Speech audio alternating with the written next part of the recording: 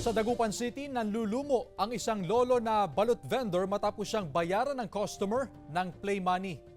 May detalye si Russell Simorio, exclusive.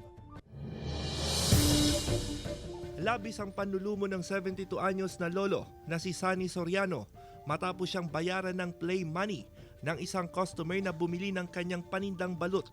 Nabentahan niya ang hindi pa nakikilalang lalaki sa may plaza sa Dagupan City. 3 balut daw ang binili sa kanya. Binayaran siya ng 1,000 peso bill. Sinuklian niya ng 925 pesos. Pero huli na nang malamang play money pala ang ibinayad na 1,000 pesos sa kanya. Binigay yung 1,000, tapos sabi ko, baka pag-i-joke ako. Sabi, hindi po, sabi niya. Sinukyan ko pa 925.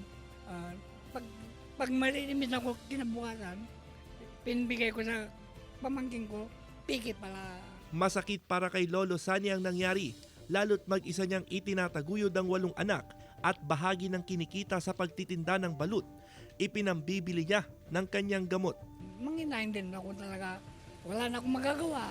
Ikinumpara sa tunay na pera ang play money na ibinayad ng suspect. Halos magkahalintulad lang ito mula sa kulay, laki at disenyo. Nung magre-remit na sila, nung chinek po namin yung pera nila, peke po pala kasi may nakalagay din na play money. Hindi na po napansin nung lolo ko kasi gabi na po nun.